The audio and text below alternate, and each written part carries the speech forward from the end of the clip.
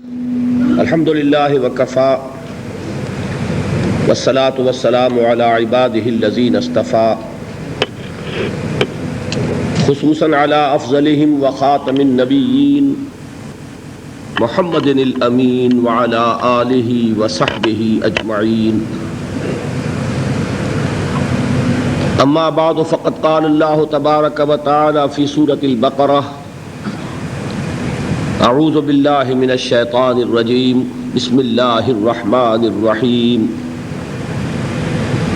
آمن الرسول بما انزل الیہ من ربہ والمؤمنون کل آمن باللہ وملائکتہ وکتبہ ورسلہ لا نفرق بین احد من رسلہ وقالوا سمعنا واطعنا غفرانك ربنا وإليك المصير. وقال تبارك وتعالى في سورة الأنعام: فأي الفريقين أحق بالأمن إن كنتم تعلمون الذين آمنوا ولم يلبسوا إيمانهم بظلم أولئك لهم الأمن وهم مهتدون. وقال عز وجل في سورة الحجرات: ولكن الله حبب إليكم الإيمان وزينه في قلوبكم وكره إليكم الكفر والفسوق والعصيان أولئك هم الراشدون. وقال جل وعلا في نفس السورة: انما المؤمنون الذين آمنوا بالله ورسوله ثم لم يرتابوا وجاهدوا بأموالهم وأنفسهم في سبيل الله أولئك هم الصادقون. صدق الله العظيم. رب اشرح لي صدري ويسر لي أمري واحلل عقدة من لساني يفقهوا قولي. اللهم ربنا ألهمنا رشدنا واعذنا من شرور أنفسنا. اللهم ربنا حبب إلينا الإيمان وزينه في قلوبنا وكره إلينا الكفر والفسوق والعصيان واجعلنا من الراشدين. آمین یا رب العالمین. محترم صدر مجلس، معزز حاضرین اور محترم خواتین، مجھے آج ایک حسن اتفاق پر بڑا مسرت کا احساس ہو رہا ہے. آج شمع جمعہ ہے. جمعہ ہفتے کے ایام میں سب سے زیادہ مبارک دن ہے، اور ظاہر بات ہے کہ ہماری جو تقویم ہے، قمری تقویم، اس کے حساب سے جو رات پہلے آتی ہے دن سے، وہ اس کے حساب میں شمار ہوتی ہے. عام طور پر تو ہم جمعرات کی رات کہہ دیتے ہیں، در حقیقت یہ شب جمعہ ہے. اور آج جو میں حاضری دیکھ رہا ہوں اور جس ذوق و شوق کے ساتھ آپ لوگ تشریف لائے ہیں، اس میں ایک طرف اس رات کی برکت اور دوسری طرف اس بات کو دخل ہے کہ کل تعطیل کا دن ہے اور آپ کو اطمینان ہے کہ اگر دیر تک بھی جاگتے رہے تب بھی کوئی حرج نہیں ہے. اور دوسری طرف آج ایک انتہائی اہم موضوع ہے، ہمارے دین کا سب سے زیادہ بنیادی موضوع.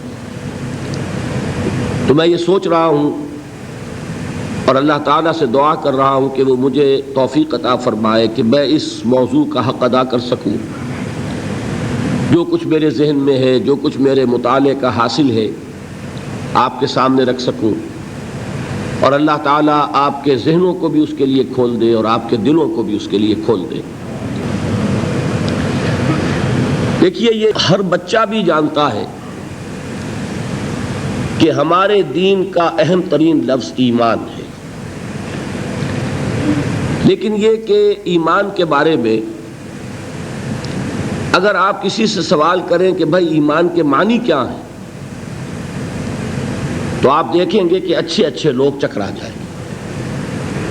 بعض الفاظ کو ہم کثرت سے استعمال کرتے ہیں لیکن کبھی ہم نے غور ہی نہیں کیا کہ اس کے معنی کیا ہے.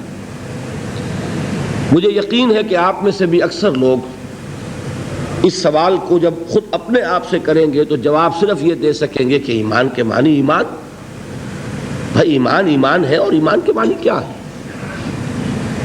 آج میں یہ چاہتا ہوں کہ اس ایمان کے بارے میں 9 عنوانات کے تحت دین کے بنیادی حقائق آپ کے سامنے رکھوں۔ آپ یوں کہہ سکتے ہیں کہ ایک کتاب الایمان ہے جس کا آج ہمیں مطالعہ کرنا ہے۔ یہ کتاب الایمان 9 ابواب پر مشتمل ہے۔ میں گن کر پہلے ان کے عنوانات آپ کو بتا دینا چاہتا ہوں، آپ کو بھی اندازہ ہوتا رہے کہ آپ کس حد تک اس بات میں ہم آگے آ چکے ہیں۔ ان میں سے 2 ابواب جو ہیں وہ ذرا زیادہ تفصیل کی طالب ہیں، وہ کل اور پرسوں زیر بحث آئیں گے۔ 7 ابواب کے بارے میں گفتگو آج ہمیں مکمل کرنی ہے۔ وہ ابواب کیا ہے؟ نمبر 1، ایمان کے لفظی معنی۔ نمبر 2، ایمان کے اصطلاحی معنی۔ نمبر 3، ایمان کا موضوع، سبجیکٹ میٹر کیا ہے ایمان کا۔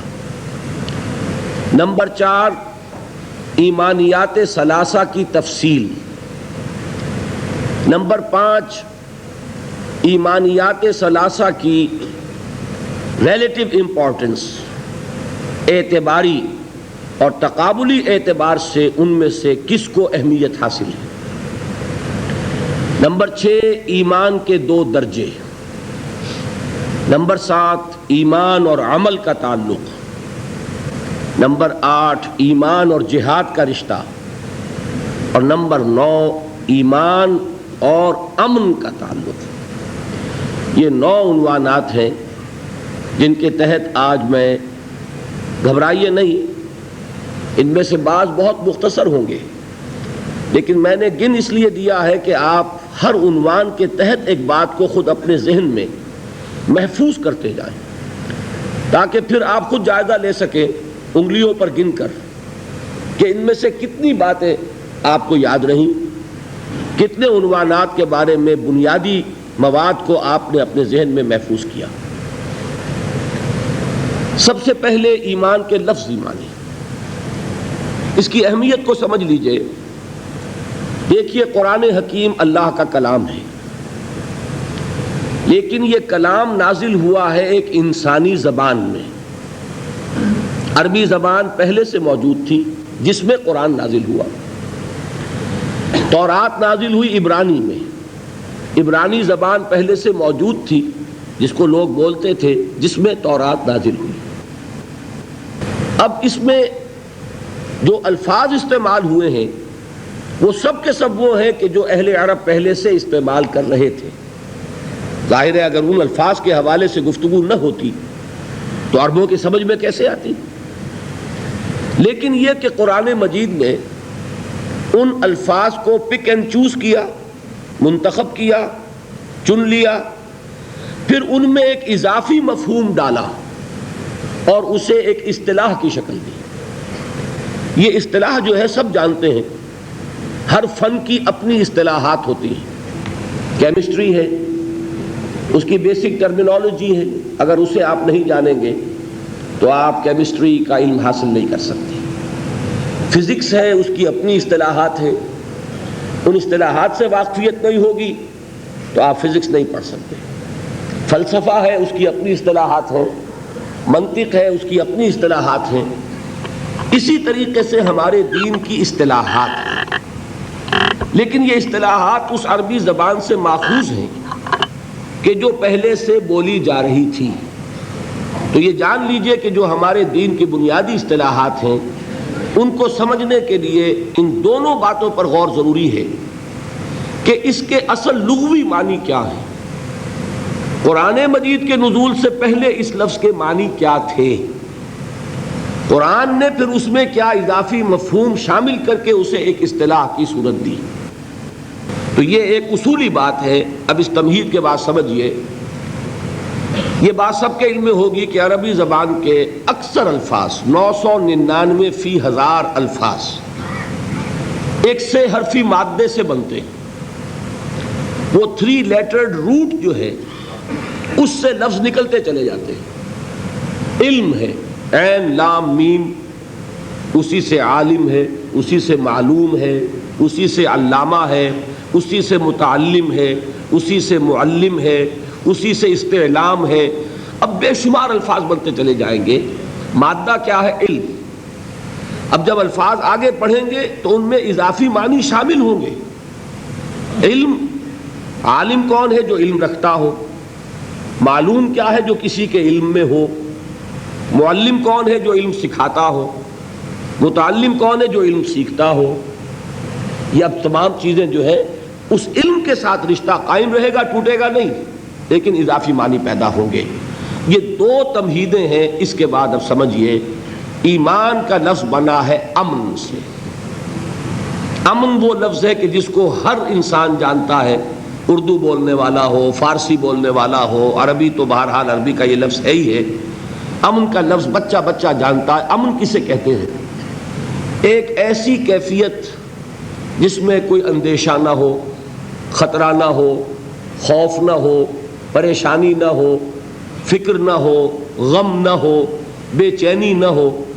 ان چیزوں کی نفی کر دیجئے تو جو کیفیت وجود میں آئے گی وہ امن. اب امن سے جو الفاظ بنیں گے ان کا تھوڑا سا ایک جائزہ میں آپ کو دے دوں. امنا یا امنو، یہ ثلاثی مجرد کے اندر اس کا مادہ استعمال ہوتا ہے. اس کے معنی امن میں ہونا. آمنن کے معنی وہ شخص جو امن میں ہو. معمون وہ شے جس سے امن حاصل کر لیا گیا ہو، جس سے کوئی کھٹکا نہ رہے، کوئی اندیشہ نہ رہے. چنانچہ قرآن مجید میں آیا ان عذاب ربک غیر معمون، تیرے رب کا عذاب ایسا نہیں ہے کہ جس سے کوئی شخص نہ چنت ہو جائے، بے خوف ہو جائے. وہ تو بڑی قابل حذر شے ہے، بڑی ڈرنے والی چیز ہے. تو معمون وہ چیز ہے جس سے آپ کو کوئی کھٹکا نہ ہو. آمن کون ہے؟ جو امن میں ہو. یاد آیا ہوگا بہت سے حضرات کو سورہ فتح میں فرمایا لَتَدْخُلُنَّ الْمَسْجِدَ الْحَرَامَ إِنْ شَاءَ اللَّهُ آمِنِينَ مُحَلِّقِينَ رُؤُوسَكُمْ. تم لوگ لازماً داخل ہوگے مسجد حرام میں بالکل امن کی کیفیت میں. کوئی کھٹکا نہیں ہوگا، کوئی چین نہیں، کوئی بے چینی نہیں ہوگی، کوئی خوف نہیں ہوگا، کوئی خطرہ نہیں ہوگا. یہ صلح حدیبیہ کے بعد چونکہ یہ طے ہو گیا تھا کہ اس سال تو آپ واپس چلے جائیے، اگلے سال آ کے عمرہ کیجئے. کچھ لوگوں کے ذہن میں یہ اشکال پیدا ہوا کہ حضور نے تو فرمایا تھا کہ ہم عمرہ کریں گے، اب ہمیں تو واپس جانا پڑ رہا ہے. تو اللہ تعالیٰ نے فرمایا لَقَدْ صَدَقَ اللَّهُ رَسُولَهُ الرُّؤْيَا بِالْحَقِّ لَتَدْخُلُنَّ الْمَسْجِدَ الْحَرَامَ إِنْ شَاءَ اللَّهُ آمِنِينَ مُحَلِّقِينَ رُؤُوسَكُمْ وَمُقَصِّرِينَ لَا تَخَافُونَ. اللہ نے اپنے بندے کو، اپنے رسول کو صلی اللہ علیہ وسلم جو خواب دکھایا تھا وہ بالکل سچا ہے. تم لازماً داخل ہوگے مسجد حرام میں، اور یہ داخلہ کس طرح ہوگا؟ بالکل امن کے ساتھ، بے خوف، بے کھٹکے، بے خطر. تو امن یا امن و امن میں ہونا، اور آمنن وہ جو امن میں ہو، معمون وہ کہ جس سے امن حاصل کر لیا گیا ہو. اسی سے لفظ بنتا مأمن. مأمن کہتے ہیں امن کی جگہ. سورہ توبہ میں یہ لفظ آیا ہے فَأَبْلِغْهُ مَأْمَنَهُ کہ تم مشرکین کو اگر وہ سمجھنا چاہے تمہارے دین کو تو انہیں امان دے دو، پھر بعد جب وہ سمجھ لیں پھر انہیں امن کی جگہ پہنچا دو، پھر وہ جا کر فیصلہ کریں کہ انہیں ایمان قبول کرنا ہے یا نہیں کرنا ہے. اچھا اب اس سے آگے چلیے. جس طرح دوسری زبانوں میں ہے، اور انگریزی کی مثال سے وہ بات واضح ہو جائے گی کہ وربز کے بعد پریپوزیشنز کی تبدیلی سے معنی بدلتے ہیں. جیسے آپ کو معلوم ہے ٹو گیو دینا، ٹو گیو ان شکست تسلیم کر لینا، ٹو گیو اپ کوئی چیز چھوڑ دینا. ایک کوشش آپ کر رہے تھے، آپ نے اب کوشش کو چھوڑ دیا، اس کے لیے کیا کہیں گے؟ Give up. اب گیو کا لفظ وہی ہے لیکن اکیلا آیا تو اس کا مفہوم کچھ اور ہے. گیو اپ ہوا تو معنی کچھ اور، گیو ان ہوا تو معنی کچھ اور. اسی طریقے سے عربی میں بھی ہے. حروف جار جب آگے آ جاتے ہیں کسی فعل کے تو مفہوم جو ہے کچھ بدلتا ہے۔ البتہ یہ جان لیجئے عربی زبان اتنی سائنٹیفک ہے، اتنی میتھمیٹیکل ہے کہ اس میں اصل لفظ سے تعلق ٹوٹے گا نہیں۔ انگریزی میں تو ٹو گیو اور ٹو گیو اپ تعلق ہی کوئی نہیں رہا، ٹو گیو ان کوئی تعلق ہی نہیں ہے، لیکن عربی میں ایسا نہیں ہوگا، تعلق قائم رہے گا۔ اب سمجھیے، اب اس سے لفظ بنتا ہے ایمان۔ ایمان کے لفظی معنی ہے کسی کو امن دینا، نوٹ کر لیجئے، امن سے تعلق برقرار رہا، اس سے اس میں فاعل بنا مومن۔ مومن کون ہے؟ امن دینے والا، اللہ کے ناموں میں سے المومن۔ ابھی آپ نے عشاء کی نماز میں دوسری رکعت میں وہ 3 آیات سنی جو اللہ تعالیٰ کے اسماء حسنہ کا سب سے بڑا گلدستہ ہے قرآن مجید میں، انہی میں وہ آیت ہے هو اللہ الذی لا الہ الا هو الملک القدوس السلام المؤمن المہیمن العزیز الجبار المتکبر۔ المومن اللہ کا نام ہے۔ المومن کے معنی امن دینے والا، دی پیس گیور، جو انسان کو امن اور سکون عطا فرماتا ہے۔ لیکن جب لفظ ایمان پر حرف بے کا اضافہ ہو جائے گا، جس کو عرب کہیں گے با، یا حرف لام کا اضافہ ہو جائے گا، اب معنی بدلیں گے۔ آمنا بے، اس کے معنی ہو جائیں گے کسی کی تصدیق کرنا۔ آمنا لے، کسی کی بات مان لینا۔ آپ شاید سوچیں کہ اب تعلق ٹوٹ گیا، ٹوٹا نہیں ہے۔ غور کیجئے، ایک شخص آتا ہے، ایک خبر دیتا ہے آپ کو، آپ کہتے ہیں ہاں ٹھیک ہے تمہاری بات میں نے مان لی، تو امن ہے، اور آپ نے کہا جھوٹ بولتے ہو تو جھگڑا ہے، فساد ہے۔ ایک شخص کھڑا ہوتا ہے، ایک دعویٰ کرتا ہے، آپ نے دعویٰ اس کا مان لیا تو امن ہے، سکون ہے، کوئی جھگڑا نہیں، کوئی فساد نہیں، کوئی کنٹروورسی نہیں، کوئی آرگومنٹ نہیں۔ آپ نے کہا نہیں، غلط کہتے ہو، تو اب ظاہر بات ہے کوئی کنٹروورسی ہوگی، کوئی آرگومنٹ ہوگا، کوئی تردید ہوگی، کوئی نفی ہوگی، وہ دلیل دے گا، آپ اس کو ریبٹ کریں گے، تو بہرحال یہ بھی ہو سکتا ہے کہ زبان چلتے چلتے ہاتھ بھی اٹھ جائے، تو وہ بد امنی شروع ہو جائے گی۔ کہاں سے؟ جہاں آپ نے کہا تم جھوٹ بولتے ہو یا تم نے غلط دعویٰ کیا ہے۔ جہاں آپ نے مان لیا کہ ٹھیک ہے جو تم نے دعویٰ کیا ہمیں تسلیم، جو تم خبر دے رہے ہو ہم اسے تسلیم کرتے ہیں، تو امن رہے گا۔ جس کے دعوے کو آپ نے تسلیم کیا اسے امن دیا، جس کے دعوے کی آپ نے نفی کی اسے جھگڑا کیا، جس کی دی ہوئی خبر کو آپ نے مانا اسے امن دیا، اور جس کی لائی ہوئی خبر کی آپ نے نفی کی اسے جھگڑا کیا۔ یہاں تک لفظی معنی ختم ہو گئے۔ مادہ امن ہے، امنا یا منو، امن میں ہونا۔ آمنن وہ شخص جو امن میں ہو، مامون جس سے امن لے لیا گیا ہو، امن حاصل کر لیا جائے، مامن امن کی جگہ۔ ایمان کے معنی امن دینا، مومن کے معنی امن دینے والا، اور یہ اللہ کے ناموں میں سے ہے المومن۔ لیکن ایمان کے بعد حرف با، حرف لام جب بڑھ جائیں گے، اس کے معنی ہے مان لینا، تسلیم کرنا، تصدیق کرنا۔ اب آپ نوٹ کیجئے، قرآن مجید میں اور حدیث میں جہاں بھی یہ لفظ ایمان اصطلاح کے طور پر آیا ہے، اس میں ہمیشہ حرف با ملے گا۔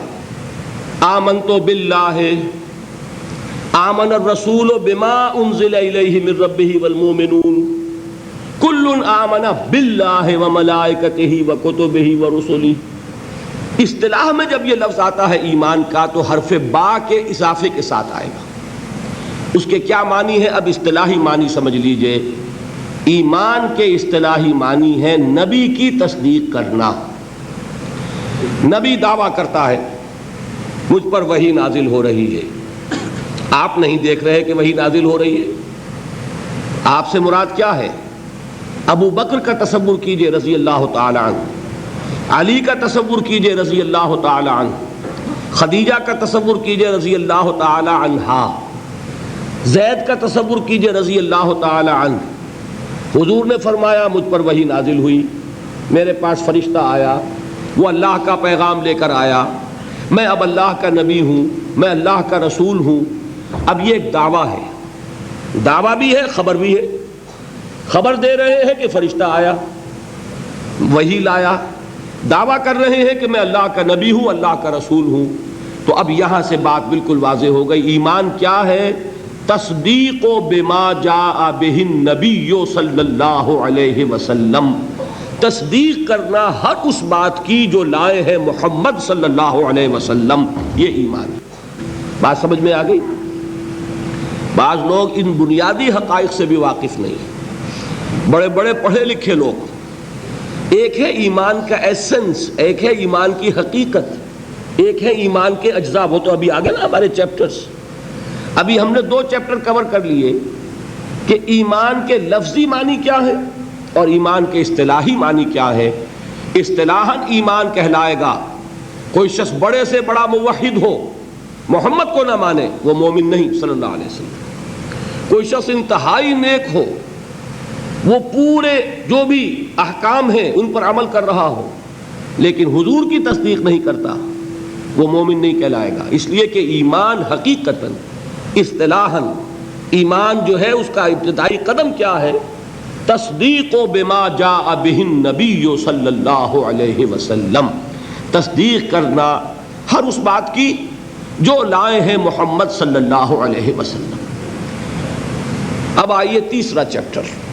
یہ ذرا فلسفیانہ ہے، اس کی بات کو ذرا توجہ سے سنیں گے تو وہ مفہوم آپ کے ذہن نشین ہوگا. دیکھیے ایمان کا موضوع کیا ہے، سبجیکٹ میٹر کیا ہے. یہ تیسرا میں نے باب آپ کو گنوایا تھا. تو میرا جواب کیا ہے؟ ایمان کا موضوع وہی ہے جو فلسفے کا موضوع ہے. اب اس کو سمجھیے، ایک انسان جب شعور کی آنکھ کھولتا ہے، جب وہ انٹلیکچولی میچور ہو جاتا ہے، ذہنی طور پر بالغ ہو جاتا ہے، تو کچھ سوالات ہیں کہ جن پر اسے غور کرنا چاہیے. یہ دوسری بات ہے کہ اکثر لوگ غور نہیں کرتے. اس کی وجہ کیا ہے؟ کہ اکثر لوگ تقلیدی ذہن کے ہوتے ہیں. جو معاشرے کے اندر باتیں مانی جا رہی ہیں وہ بھی مان لیتے ہیں، جو والدین مانتے ہیں وہ مان لیتے ہیں، جو ان کے بڑے انہیں تلقین کرتے ہیں تسلیم کر لیتے ہیں. کوشچن نہیں کرتے، اسکروٹنائز نہیں کرتے، تنقید نہیں کرتے، لہذا وہ سوچتے ہی نہیں. مسلمان کے گھر میں پیدا ہو گیا، مسلمان ہے، اللہ کو مانے گا، رسول کو مانے گا، قرآن کو مانے گا، آخرت کو مانے گا، وحی کو، جبرائیل کو مان لے گا. ہندو کے گھر میں پیدا ہو گیا، رام کو مانے گا، کرشن کو مانے گا، ویدوں کو مانے گا، اللہ اللہ خیر صلی اللہ. اگر کوئی عیسائی کے گھر میں پیدا ہو گیا، وہ حضرت مسیح کو مانے گا، خدا کا بیٹا مانے گا، کفارے کا عقیدہ مانے گا اور اپنی زندگی جو ہے شروع کر دے گا. اکثریت انسانوں کی جو ہے وہ تقلیدی ذہن کی ہے. لیکن یہ بات جان لیجئے، ہر معاشرے میں، ہر دور میں ایسے لوگ موجود رہے ہیں، خواہ وہ اقلیت میں ہو، بڑی مائکروسکوپک ایک اقلیت، لیکن ہمیشہ رہے ہیں جنہوں نے خود سوچنا چاہا، جنہوں نے ان مسائل کو خود اپنے غور و فکر کا موضوع بنایا. وہ مسائل کیا ہیں؟ یہ کائنات کیا ہے، اس کی حقیقت کیا ہے، یہ ہمیشہ سے ہے اور ہمیشہ رہے گی، یا کسی خاص وقت میں وجود میں آئی ہے اور کسی خاص وقت میں ختم ہو جائے گی. اگر کسی خاص وقت میں وجود میں آئی ہے تو آیا از خود وجود میں آئی ہے یا کسی نے پیدا کیا ہے؟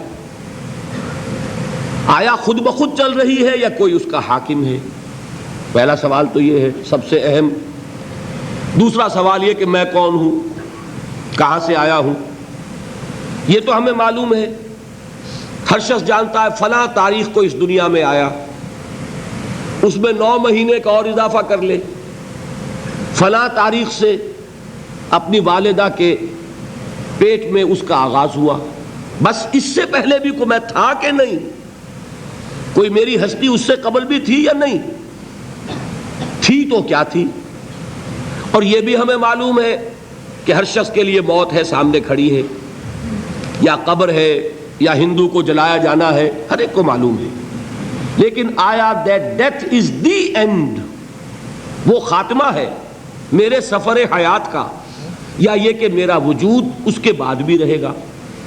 اگر بعد بھی میرے وجود کا کوئی تسلسل ہے تو اس کی کیفیت کیا ہوگی؟ یہ بنیادی سوالات ہیں۔ ایک سوال اور بھی ہے، خیر کیا ہے، شر کیا ہے؟ آیا خیر اور شر کی اقدار مستقل ہیں یا بدلتی رہتی ہیں؟ ان کے لیے کون سی چیز ہے جو فیصلہ کن ہوگی، جو طے کرے کہ یہ خیر ہے یہ شر ہے؟ یہ بنیادی مسئلہ ہے۔ بنیادی مسئلہ ایک اور بھی ہے کہ انسانی علم کی حقیقت کیا ہے۔ ایک تو معلومات ہمیں آنکھ سے، کان سے، جنہیں آپ ایکسٹرنل سینسز کہتے ہیں، آپ کے حواس ظاہری، کسی چیز کو چھو کر کچھ معلوم کر لیا، کسی کو چکھ کر معلوم کر لیا، کسی کو سونگھ کر معلوم کر لیا، کسی کو دیکھا، کوئی چیز سنی، یہ 5 ایکسٹرنل سینسز ہیں۔ پھر ہمیں معلوم ہے تجربے سے کہ ہمارے اندر ایک اور شے بھی ہے جس سے ہم استدلال کرتے ہیں، نتیجہ نکالتے ہیں۔ سینس ڈیٹا جو ہے، ہمارے ان حواس سے جو معلومات حاصل ہوتی ہیں انہیں جمع تفریق کر کے نتیجہ اخذ کرتے ہیں۔ سادہ سی مثال کیا ہے؟ ہم نے دھواں دیکھا، آنکھ نے دیکھا صرف دھواں، فیصلہ ہم نے کیا آگ لگی ہے، حالانکہ آگ آپ نے نہیں دیکھی۔ یہ در حقیقت آپ نے یہاں فیصلہ کیا کہ جہاں دھواں ہوتا ہے آگ ہوتی ہے، لہذا جو میری آنکھ نے دھواں دیکھا ہے تو آگ ہے۔ یہ کیا ہے؟ یہ آپ کا انٹلیکچول پروسیس ہے، یہ آپ کے عقل کا دائرہ ہے۔ یہاں تک تو ہر انسان کے علم میں ہے، لیکن آیا علم کی اس سے ماورا بھی کوئی سورس ہے؟ حواس اور عقل سے بالا تر بھی کوئی ماخذ علم کا ہے یا نہیں؟ اگر ہے تو کیا ہے؟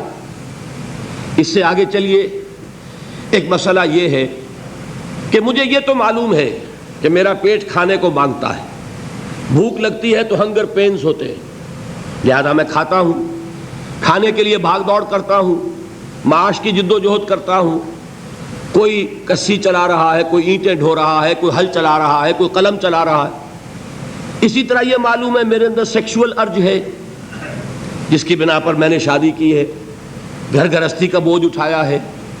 لیکن یہ کہ کیا یہی ہے صرف انسٹنکٹس؟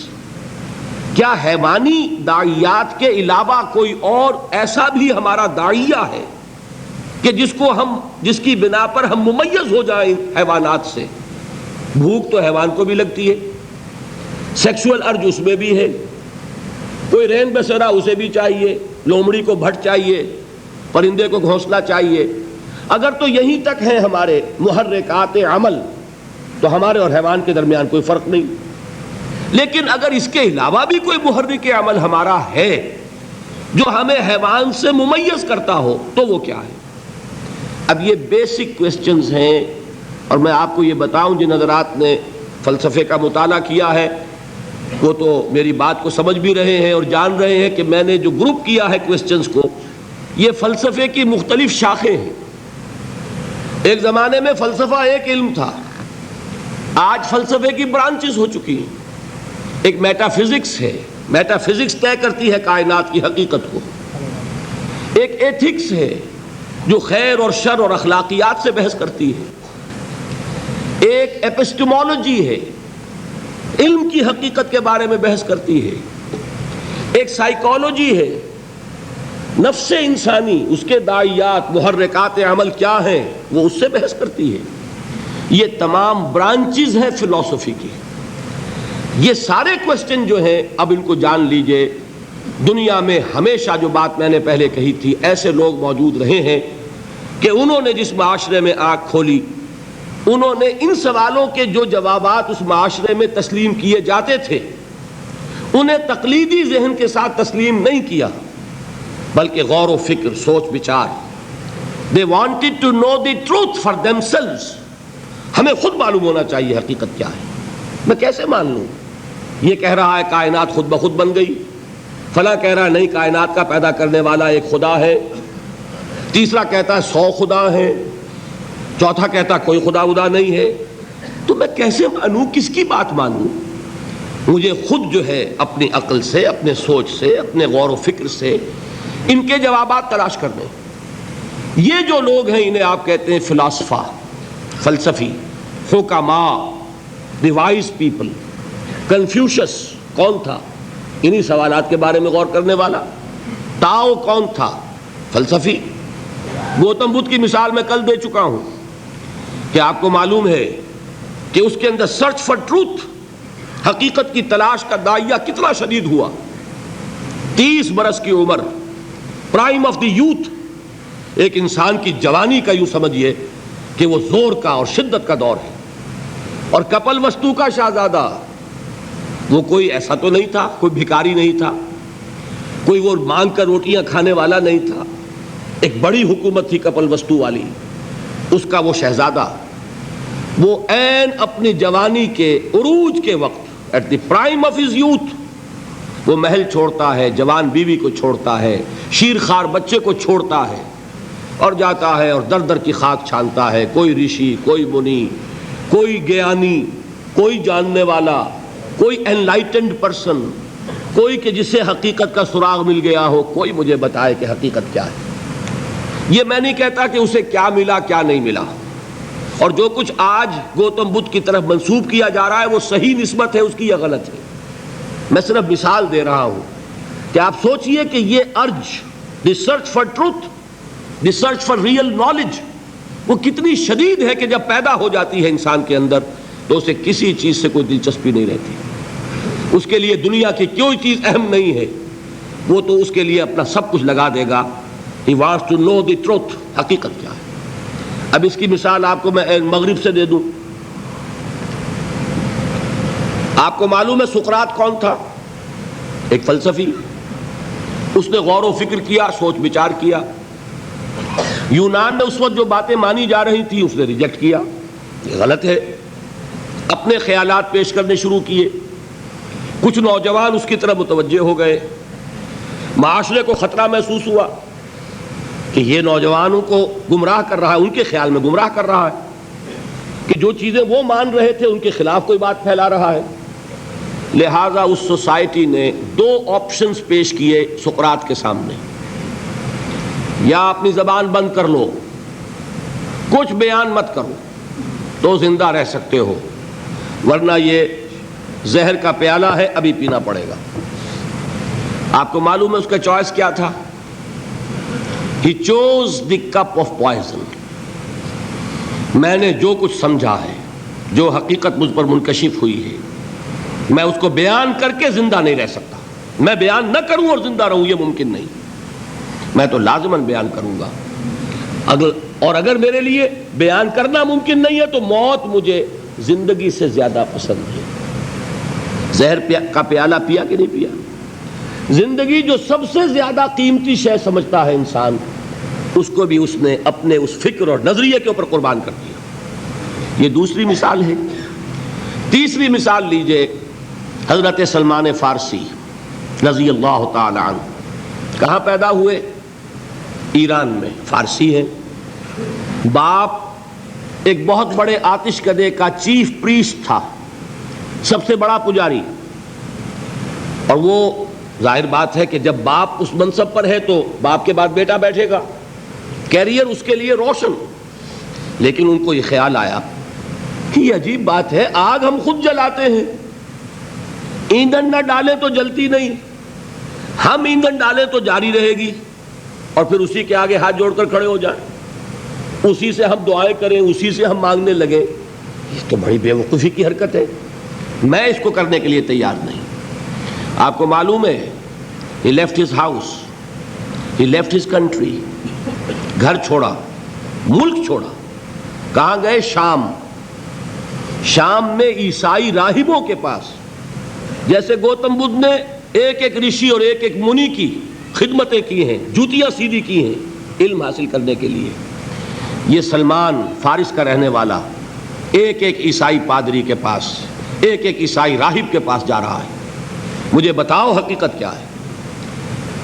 ایک سے کچھ حاصل کیا، دوسرے کے پاس گئے. اب آخری جو شخص تھا، بہت نیک، بہت زاہد، بہت عالم، بہت عارف شخص.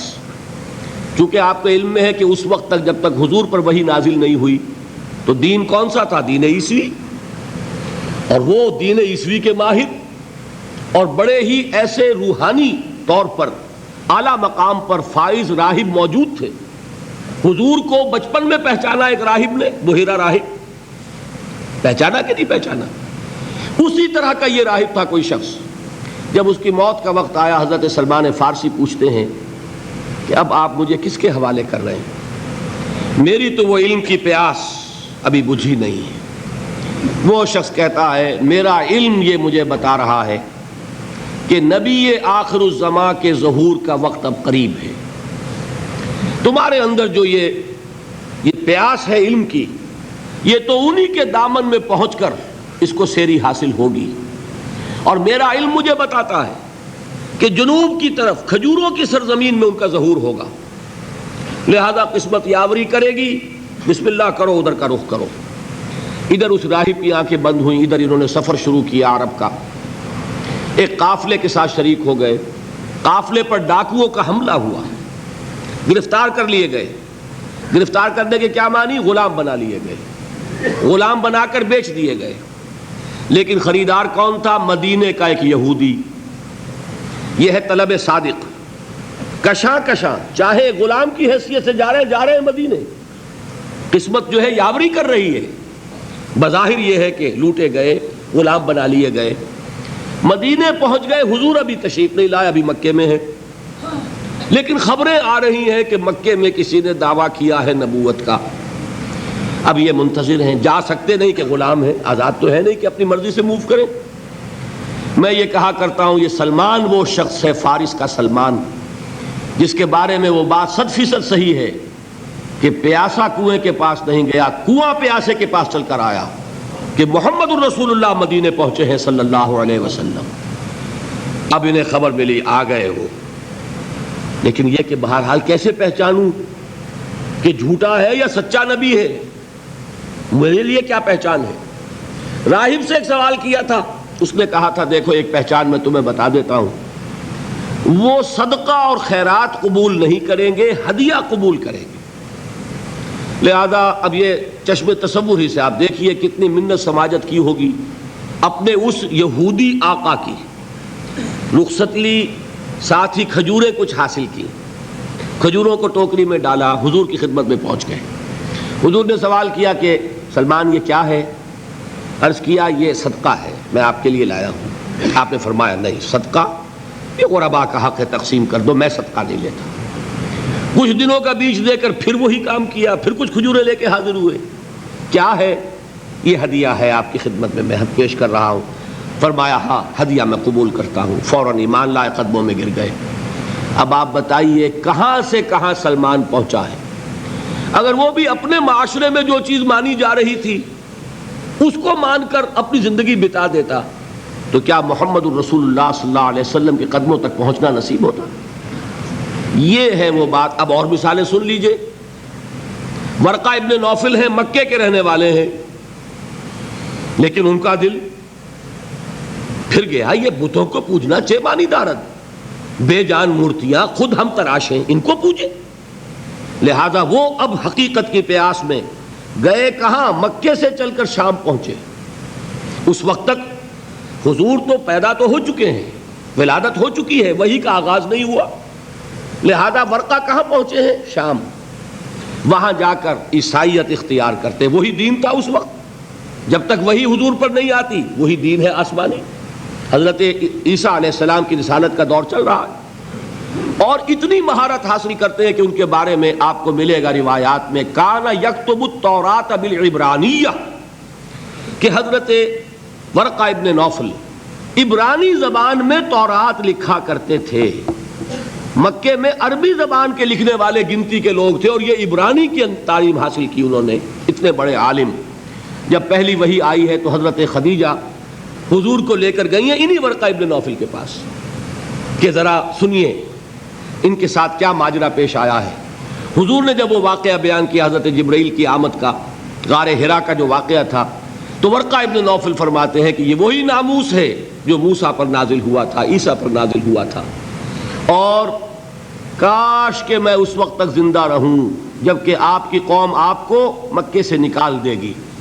حضور حیران ہوئے، اوا مخرجیہم، کیا یہ مجھے نکال دیں گے؟ یہ تو مجھ سے بہت محبت کرتے ہیں، مجھے الصادق کہتے ہیں، الامین کہتے ہیں، میں ان کی آنکھوں کا تارا ہوں، یہ مجھے نکال دیں گے؟ حضرت ورقہ کہتے ہیں ہاں، یہ اللہ کا ایک پرانا قانون چلا رہا ہے، جو کوئی بھی حق کی دعوت دیتا ہے اس کی قوم اس کی دشمن ہو جاتی ہے۔ لہذا یہ واقعہ آپ کے ساتھ پیش آئے گا۔ کاش کہ میں اس وقت تک جوان ہوں جبکہ آپ کی قوم آپ کو یہاں سے نکالے گی تاکہ میں آپ کی کچھ مدد کر سکوں۔ وہ نوبت آئی نہیں، ورقہ کا انتقال ہو گیا۔ اسی طرح کا معاملہ زید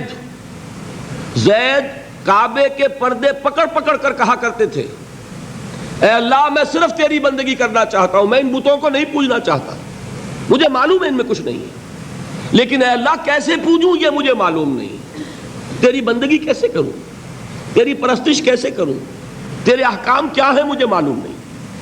یہ زید ہیں جن کا انتقال ہو گیا حضور پر وحی کے شروع ہونے سے پہلے۔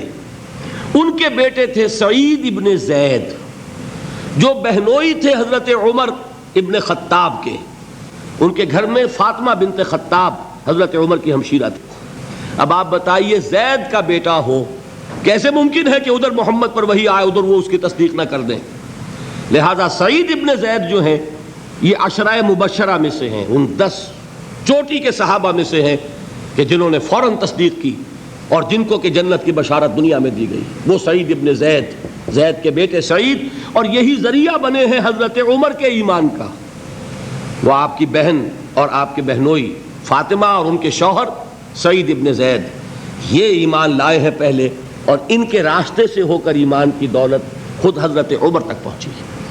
یہ میں نے آپ کو چند مثالیں دے دیں، اس سے حقیقت کیا واضح ہوئی کہ یہ بنیادی سوالات ہیں جن پر لوگ غور کرتے ہیں، اللہ حقیقت تک پہنچاتا بھی ہے، لیکن اب بات سمجھیے ان سوالات کے جوابات کے 2 راستے بالکل ایک دوسرے سے مختلف ہیں۔ ایک راستہ ہے اپنی سوچ، اپنی عقل، اپنا غور و فکر، اپنا استدلال، استنتاج، انفر کرنا، نتائج نکالنا، اپنی منطق لڑانا۔ جو لوگ اپنے غور و فکر سے ان سوالات کے جواب دیتے ہیں انہیں ہم کہتے ہیں فلسفی۔ ایک ایسے لوگ بھی ہمیں ملے تاریخ میں جنہوں نے یہ دعویٰ کیا کہ ان سوالات کا جواب ہمیں ملا ہے ایک اور ذریعے سے، وہ ذریعہ ہماری سوچ کا نہیں ہے، وہ ہمارے غور و فکر کا حاصل نہیں ہے، وہ ہماری منطق کا نتیجہ نہیں ہے، بلکہ ایک اور سورس ہے جو تمہارے پاس نہیں ہے۔ وہ سورس وحی کی سورس ہے، وہ ذریعہ وحی کا ذریعہ ہے، اس ذریعے سے ہمیں معلومات حاصل ہوئی ہے۔ ان کو ہم کہتے ہیں نبی۔ فلسفی اور نبی میں اتنا ہی فرق ہے۔ فلسفی ان سوالات کو گریپل کرتا ہے، ان کے ساتھ وہ اپنے ذہن، اپنے فکر کی قوت اور صلاحیتوں کے ساتھ کشتی کرتا ہے۔ اب کسی فلسفی کا کوئی نتیجہ ہے، کسی کا کوئی نتیجہ ہے۔ یہی وجہ ہے کہ فلسفی اپنا فلسفہ پیش کرے گا، کبھی یقین کے ساتھ نہیں کہہ سکتا کہ یہی حق ہے۔ یہ کہے گا ہمیں یہ معلوم ہوتا ہے، ہمیں تو یوں بات سمجھ میں آئی ہے، ہم یوں سمجھتے ہیں، اس سے زائد نہیں کہہ سکتا۔ کوئی فلسفی دنیا میں نہیں ہے جو یہ دعویٰ کرے کہ میں دعوے سے کہہ رہا ہوں کہ جو کچھ میں کہہ رہا ہوں وہ صحیح ہے۔ لیکن نبیوں کا معاملہ وہ ہے کہ انہوں نے کہا ہم دعوے سے کہتے ہیں جو بات ہم تک پہنچی ہے وہ صحیح ہے، اس میں کسی شک و شبے کی گنجائش نہیں۔ آپ نے نوٹ کیا ہوگا سورہ بقرہ کی پہلی آیت کیا ہے؟ قرآن کا آغاز ہوتا ہے اس سے ذالک الکتاب لا ریب فیہ۔ یہ دعویٰ صرف نبی کرتا ہے، فلسفی نہیں کرتا، اور فلسفی اپنا فکر پیش کرتا ہے، جبکہ نبی کہتا ہے کہ میرا فکر نہیں ہے، میرا غور نہیں ہے۔ میں نے وہ آیت آپ کو اس سے پہلے بھی سنائی ہے کہ حضور سے کہا گیا کہ اس قرآن میں ترمیم کر دو، اس میں کچھ تبدیلی کرو، ایت بقرآن غیر ھذا وبدل ہو۔ سورہ یونس میں یہ چیز موجود ہے۔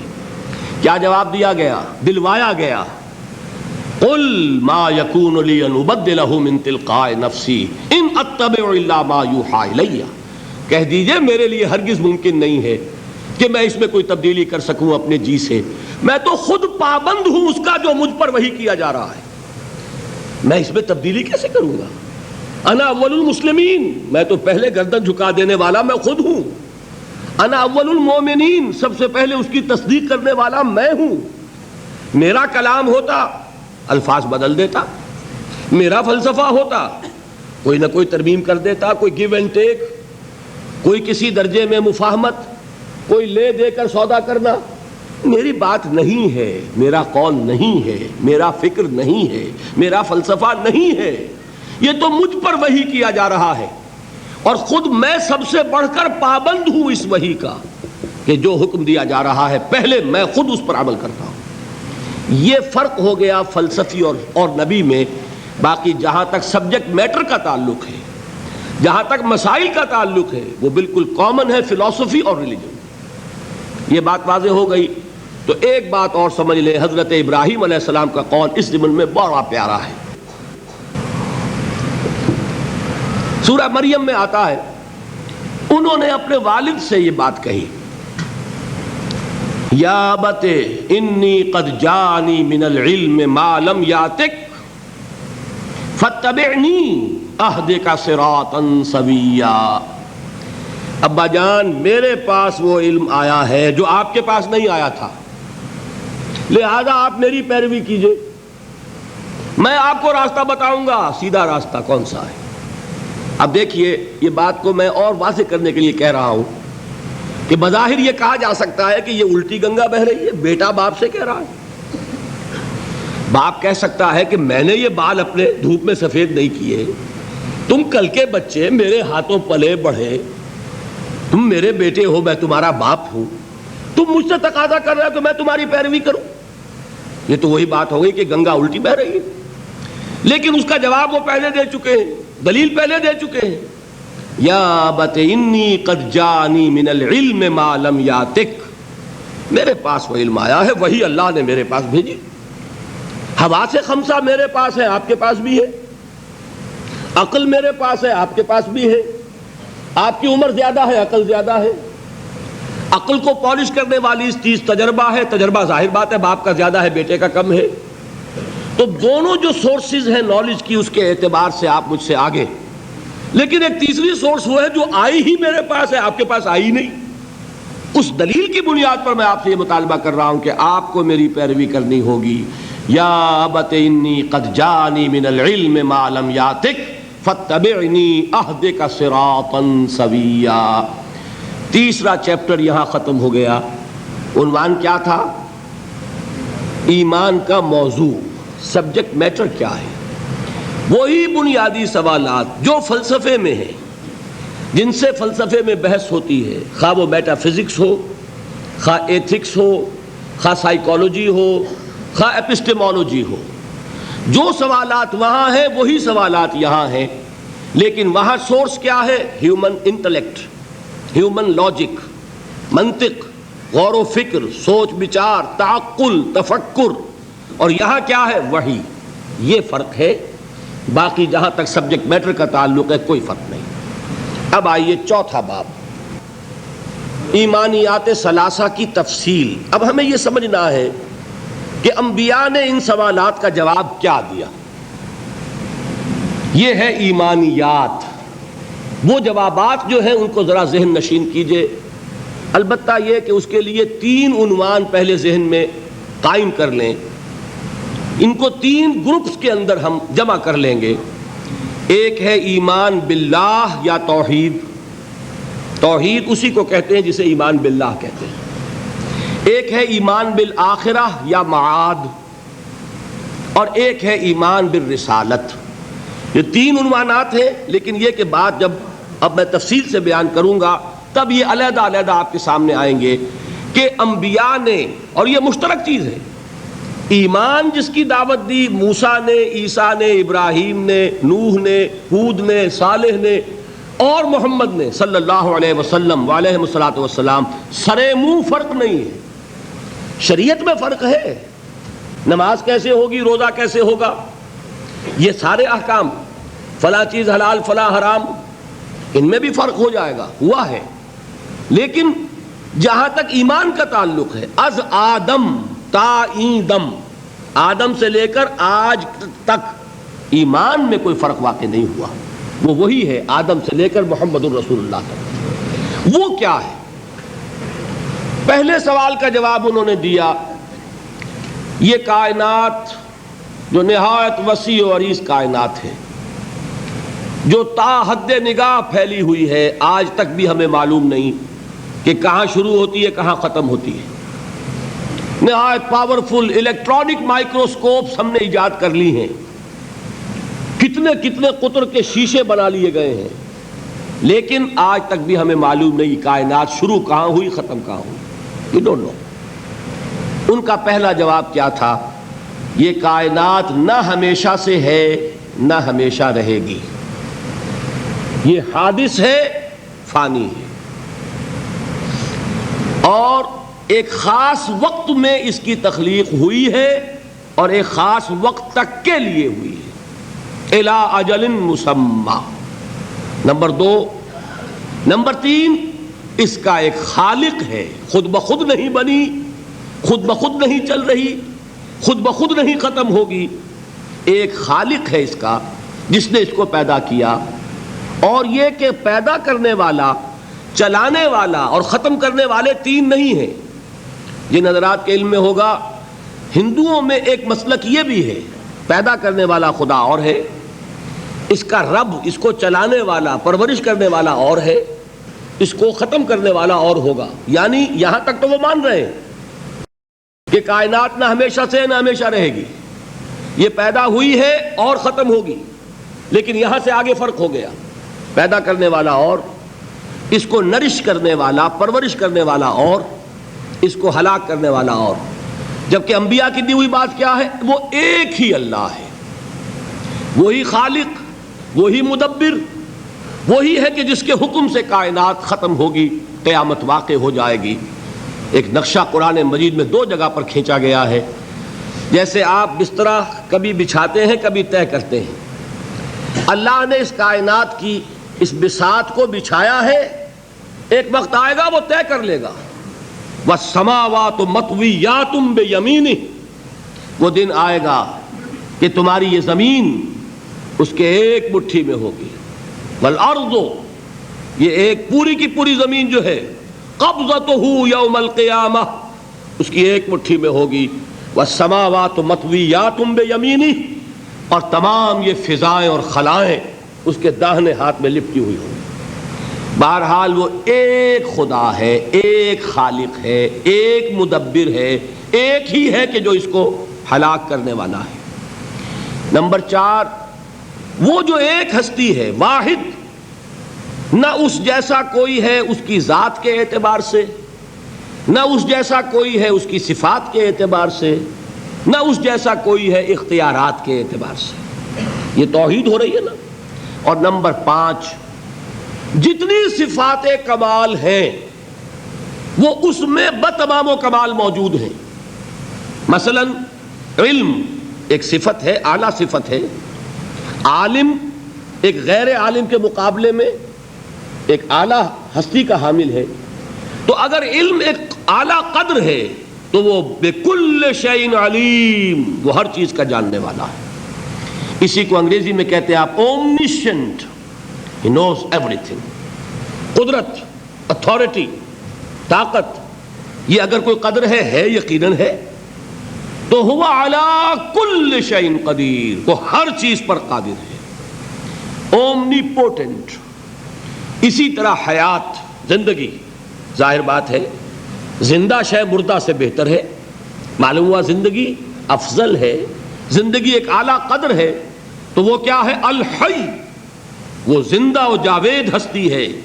اور تمہاری زندگی تو بڑی کمزور زندگی، دی ہوئی زندگی، لائی حیات آئے قضا لے چلی چلے، اپنی خوشی سے آئے نہ اپنی خوشی چلے. جبکہ اس کی زندگی ذاتی، اس کی زندگی کبھی ختم ہونے والی نہیں. تمہاری زندگی کا دار و مدار غذا پر، ہوا پر، پانی پر، اس کی زندگی کو کسی شے کی احتیاج نہیں. تمہاری زندگی کے ساتھ تکان بھی ہے، نیند بھی ہے، اونگ بھی ہے. اس کی حیات وہ ہے جس میں نہ تکان ہے، نہ اونگ ہے، نہ نیند ہے. اب آپ نے سوچا ہوگا یہ آیت الکرسی کے ابتدائی الفاظ ہیں جن کا مفہوم میں نے ادا کیا. اللہ لا الہ الا ہو الحی القیوم لا تأخذہ سنۃ ولا نوم. یہ ہے ان تمام چیزوں کو جب آپ جمع کرتے ہیں یہ کیا بنا؟ یہ ایمان کا ایک جز ہے، پہلا جز ہے. اسے ایمان باللہ کہیں، اسے توحید کہیں، کوئی فرق واقع نہیں. اب آئیے نمبر 2، اللہ نے جو کچھ پیدا کیا اس میں اس کا ماسٹر پیس، اس کی کریشن کا کلائمیکس انسان ہے. اور انسان کی زندگی صرف یہ زندگی نہیں ہے جو اس دنیا میں بسر کرتا ہے. میں نے وہ شعر سنایا تھا آپ کو، آخری تاجدار ہند بہادر شاہ ظفر کہ عمر دراز مانگ کے لائے تھے 4 دن، 2 آرزو میں کٹ گئے، 2 انتظار میں. آپ غور کیجئے، ان الفاظ پر نہ جائیے. ایوریج لائف کیا ہے انسان کی؟ اس کا کتنا حصہ ہے جو بچپن نہ سمجھ ہے، نہ شعور ہے، نہ ہوش ہے، کھیل کود میں گزر گیا، اور ایک عمر کے بعد پھر وہ بچپن آ جاتا ہے.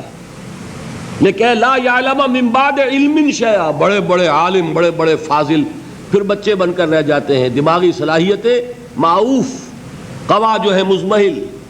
اس کے درمیان کتنا عرصہ ہے؟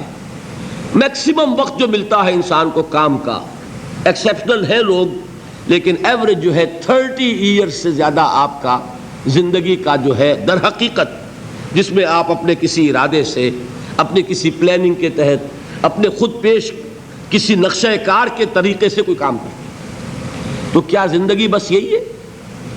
کیا کریشن کا کلائمیکس جو ہے ذہن مانتا ہے کہ یہ پوری کائنات اس کی وسعت کا اندازہ کریں اور اس کا کلائمیکس انسان اور اس کی حقیقت یہ نہیں؟ انسان کی زندگی بہت طویل ہے. اس زندگی کے 3 حصے ہیں. آپ حیران ہوں گے، ذرا غور سے آج توجہ سے بات سنیے. 2 تو سب نے سنے ہیں، میں 3 کہہ رہا ہوں. ہماری کریشن کب ہوئی تھی؟ ازل میں، جب روحوں کی شکل میں ہمیں پیدا کر دیا گیا تھا، جن سے اللہ تعالیٰ کا وہ مکالمہ ہوا تھا، الستو بربکم قالوا بلا. میں بھی تھا، آپ بھی تھے. ہر شخص نے اللہ سے معاہدہ کیا تھا، الستو بربکم قالوا بلا، کیوں نہیں، شہیدنا، ہم گواہ ہیں، اے اللہ تو ہی ہمارا رب ہے، ہمارا مالک ہے. یہ معاہدہ کیا تھا کہ نہیں؟ ہم سب تھے. فرق کیا ہے؟ صرف ہماری ارواح تھیں، یہ اجساد نہیں تھے، جسم نہیں تھے، ارواح تھی.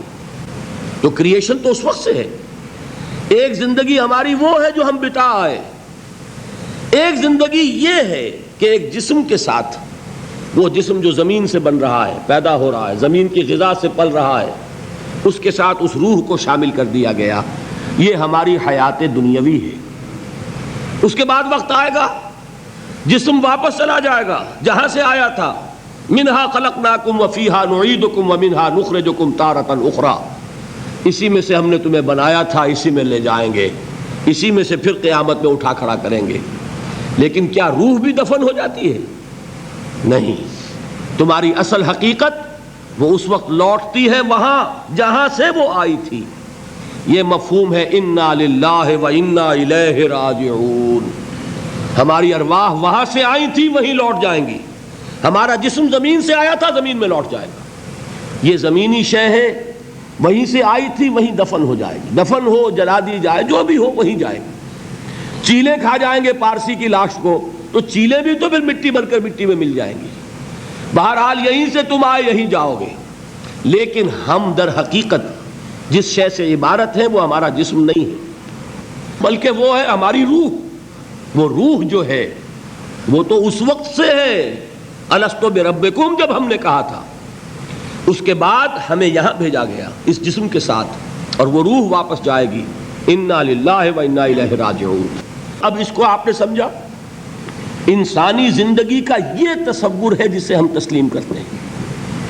بدقسمتی جیسا کہ میں نے عرض کیا، پہلے حصے کو اکثر و بیشتر کوئی جانتا نہیں، ذکر کرتا ہی نہیں.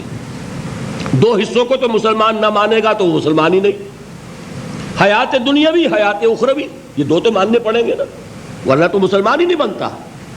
بہرحال اگر یہ زندگی اتنی طویل ہے تو یہ درمیان میں جو موت کا وقفہ ڈالا، کیوں ڈالا؟ موت ایک زندگی کا وقفہ ہے، یعنی آگے بڑھیں گے دم لے کر. کیوں ڈالا؟ اس لیے کہ ایک حصہ تمہاری زندگی کا ایک امتحانی وقفہ بنا دیا جائے. خلق الموت والحیات لیبلوکم ایکم احسن عملا. موت اور زندگی کا یہ معاملہ اس لیے پیدا کیا تاکہ تمہیں جانچے، پرکھے، آزمائے کہ کون ہے تم میں سے اچھے عمل کرنے والے. یہ ایک امتحانی وقفہ ہے. میں نے 30 برس کہے تھے نا. آپ ایک امتحان سے واقف ہیں جو 3 گھنٹے کا ہوتا ہے. 3 گھنٹے کا پرچہ ہے. تو صرف فرق کیا ہے؟ وہ کوانٹیٹیو ڈیفرنس ہے, کوالیٹیٹیو ڈیفرنس نہیں ہے. 3 گھنٹے کا پرچہ اور 30 برس کا پرچہ ہے جو میں اور آپ لکھ رہے ہیں اپنے اعمال سے, اپنے افعال سے, اپنے اقوال سے, اپنی ساری سعی و جہد سے. 30 برس کا ایک پرچہ ہے جو ہم دے رہے ہیں. یہ جو خلق الموت والحیات لیبلوکم ایکم احسن عملا, اور حیات انسانی کا یہ طول, علامہ اقبال کے 2 اشعار ہیں نہایت قیمتی ہیں. آب زر کسی شے کا نام نہیں اقبال کے ان اشعار کے لیے. جو اس سے کہیں قیمتی شے ہو اس سے وہ لکھے جانے کے قابل ہیں. کیا فرماتے ہیں؟ تو اسے پیمانہ امروز و فردا سے نہ ناپ, جاویداں پہ ہم دواں ہر دم جواں ہے زندگی. یہ کیا تم نے حساب جوڑا ہوا ہے کہ 365 دنوں کا ایک سال, اور ایک سال کے پھر 30 سال اور 40 سال اور 100 سال, یہ ہے تمہاری زندگی؟ تو اسے پیمانہ امروز و فردا سے نہ ناپ, جاویداں پہ ہم دواں ہر دم جواں ہے زندگی. اس کے ساتھ ہی دوسرا شعر سنانے سے پہلے جو پہلا شعر ہے, اب اس کا میں مفہوم بیان نہیں کروں گا, جو سمجھتے ہیں انہی کو یاد دلا رہا ہوں. برتر از اندیشہ سود و زیاں ہے زندگی, ہے کبھی جاں اور کبھی تسلیم جاں ہے زندگی. تو اسے پیمانہ امروز و فردا سے نہ ناپ, جاویداں پہ ہم دواں ہر دم جواں ہے زندگی. آخری شعر سنیے. قلزم ہستی سے تو ابھرا ہے مانند حباب, اس زیاں خانے میں تیرا امتحان ہے زندگی. خلق الموت والحیات لیبلوکم ایکم احسن عملا. امتحان کا ایک نتیجہ نکلا کرتا ہے نا. آپ کھڑے ہوا کرتے تھے کبھی 31 مارچ یا 1 اپریل کو رزلٹ ڈکلیئر ہوتا تھا. وہ ایک دن آنے والا ہے, اسی کا نام ہے دی ڈے آف ججمنٹ. وہ ہے یوم القیامہ. ڈکلیئر کیا جائے گا کون فیل ہوا کون کامیاب ہوا. ذالک یوم التغابن, وہ ہے ہار اور جیت کے فیصلے کا دن. اس روز معلوم ہوگا کون اس امتحان زندگی میں کامیاب ہوا کون ناکام ہوا. کامیابی کیا ہے؟ وَإِنَّهَا لَجَنَّةٌ أَبَدًا, ہمیشہ ہمیش کے لیے جنت. اور ناکامی کیا ہے؟ أَوْ لَنَارٌ أَبَدًا, یا جہنم ہے ہمیشہ ہمیش کے لیے. ان تمام چیزوں کو جمع کیجئے. یہ کیا ہے؟ ایمان بالآخرہ, ایمان بالمعاد. یہ دوسرا سوال, یہ دوسرا جواب سمجھیے ان سوالات. تیسرا اور آخری, علم کیا ہے؟ یقیناً حواس سے جو معلومات حاصل ہوتی ہیں وہ بھی درست ہیں. یقیناً عقل کی ایک فیکلٹی بھی اللہ نے دی ہے. انسان اپنے اس ذرائع علم سے حقیقت کے قریب پہنچ جاتا ہے, لیکن یقین کی دولت محض اس عقل کے ذریعے حاصل نہیں ہوتی. اور اس عقل میں یہ صلاحیت تو ہے کہ خدا کو پہچان لے, یہ صلاحیت ہے کہ جان لے کہ کوئی ایک ہے جو اس کا کریٹر ہے کائنات کا. یہ صلاحیت بھی ہے کہ جان لے کہ زندگی ختم نہیں ہوگی یوں ہی, حساب کتاب ہونا چاہیے, جزا سزا ملنی چاہیے, ورنہ خیر اور شر کا تصور غلط ہو جائے گا. there will be no basis for morality. یہ کانٹ سے, جن کا بھی انہوں نے نام سنا ہے ان کو دی عرض کر رہا ہوں کہ کانٹ نے ایک کتاب لکھی تھی دی کریٹیک آف پیور ریزن, اور اس میں اس نے ثابت کر دیا کہ کسی منطقی دلیل سے خدا کا وجود ثابت نہیں ہو سکتا. ایک تہلکہ مچ گیا پورے یورپ میں. اس وقت تک ابھی یہ جو الحاد ہے یہ اتنا نہیں تھا, عیسائیت تھی. خدا کا انکار کے معنی کیا ہے؟ بغاوت عیسائیت سے. اب یہ بھی ہو سکتا ہے کہ اس نے بغاوت سے خوف زدہ ہو کر کتاب لکھی ہو, یہ اللہ جانے. سقراط کا سکہ سا جو ارادہ ہے, قوت ارادی, وہ ہر ایک کو تو نہیں ملتا. سقراط نے تو اپنے علم کے اور اس کے بیان کرنے کے مقابلے میں زہر کے پیالے کو پسند کر لیا. لیکن ہو سکتا ہے کانٹ گھبرا گیا ہو, اور یہ بھی ممکن ہے کہ یہ اس کی سوچ ہی کا ایک مرحلہ ہو. جیسے علامہ اقبال نے پہلے شکوہ لکھا اور شور مچ گیا, اللہ کی جناب میں یہ گستاخی, لیکن جواب شکوہ لکھا تو پتہ چلا کہ اصل میں وہ کچھ باتیں کہنے کے لیے ایک انداز اور اسلوب تھا, کچھ سمجھانا چاہتے تھے مسلمانوں کو. انہوں نے مسدس حالی کے انداز میں نہیں لکھا جواب سوال اللہ کے ساتھ کر کے ان حقائق کو ایک اور لطیف پیرائے میں بیان کر دیا۔ اسی طریقے سے ہو سکتا ہے کانٹ کی دوسری کتاب کا معاملہ ہو، دی کرٹیک آف پریکٹیکل ریزن، اور اس میں وہ ثابت کرتا ہے انسانی اخلاقیات کے لیے کوئی بنیاد نہیں ہے جب تک کہ اللہ کو نہ مانا جائے۔ نیکی کو انسان پہچانتا ہے، لیکن کیوں نیک بنے، اس کیوں کا کوئی جواب ہمارے پاس نہیں۔ سچ بولنا اچھا ہے، کیوں سچ بولے جبکہ سچ بولنے میں نقصان ہو رہا ہے۔ جھوٹ بولنا برا ہے، کیوں جھوٹ نہ بولے جبکہ جھوٹ بولنے سے نفع حاصل ہو رہا ہے۔ ایک بڑا عجیب شعر ہے، مجھے ایک بزرگ نے ایک دفعہ سنایا تھا، لیکن بڑا حقیقت پسندانہ شعر ہے۔ اے صداقت بر تو لعنت از تو رنجے یافتم، اور اے خیانت بر تو رحمت از تو گنجے یافتم۔ اے خیانت، تیرے اوپر خدا کی رحمتیں ہو، تیری وجہ سے مجھے خزانہ ملا ہے، اور اے صداقت تجھ پر لعنت ہو، تیری وجہ سے دوست بھی ناراض ہو گئے۔ سچ بولیے، دوست راضی رہے گا؟ کوئی شخص سچ سن کر راضی نہیں رہتا۔ لوگوں کو راضی، دوستوں کو راضی رکھنے کے لیے جھوٹ بولنا پڑتا ہے۔ تو اے صداقت یا اے دیانت کہہ لیجئے، اے دیانت بر تو لعنت از تو رنجے یافتم، رنج ملا مجھے اور تو کچھ نہیں ملا، لوگ ناراض ہو گئے، غصہ ہو گئے۔ اور اے خیانت بر تو رحمت از تو گنجے یافتم، گنج ملا، خزانہ ملا۔ تو دنیا کی کیفیت تو یہ، پھر کیوں کوئی شخص سچ بولے، کیوں کوئی شخص جھوٹ نہ بولے، کیوں دیانت برتے، کیوں خیانت نہ کرے؟ اس کے لیے لاکھ آپ کوششیں کر لیں، پولیس کھڑی کر دیں، چوکیاں بنا دیں، جس کا داؤ چل جائے گا وہ خیانت کرے ہی کرے گا۔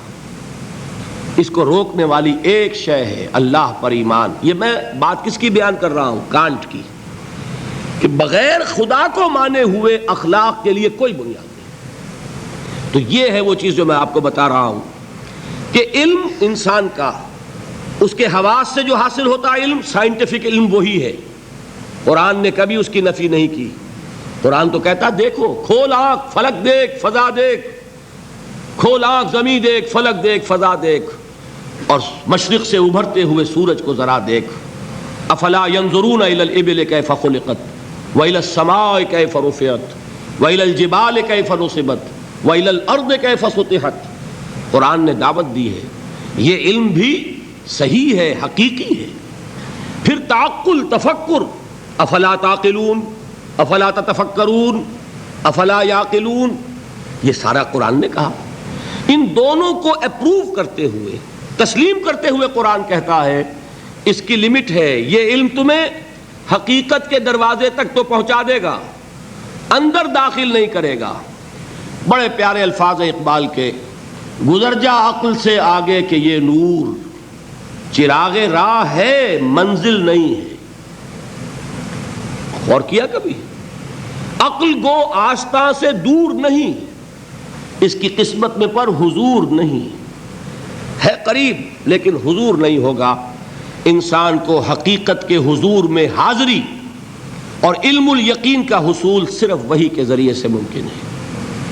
اللہ نے اپنی رحمت کا اظہار فرمایا ہے، انسان کو محض عقل کے حوالے نہیں کیا، انسان کو محض حواس ظاہری کے حوالے نہیں کیا، بلکہ اس کی ان تمام صلاحیتوں کے مزید جلا کے لیے چنے ہوئے بندے، سیرت و کردار کی معراج پر فائز، جن کی صداقت و دیانت کا لوہا ان کے دشمنوں نے تسلیم کیا، ان کو چن کر ان پر وحی نازل کی، ہدایت بھیجی، راستہ دکھایا، انہیں مامور کیا کہ چاہے گالیاں دی جائیں، چاہے پتھراؤ کیا جائے، چاہے تمہارے جسم کو لہو لہان کیا جائے، تمہیں خلق خدا کو یہ حقیقت کا پیغام پہنچانا ہے۔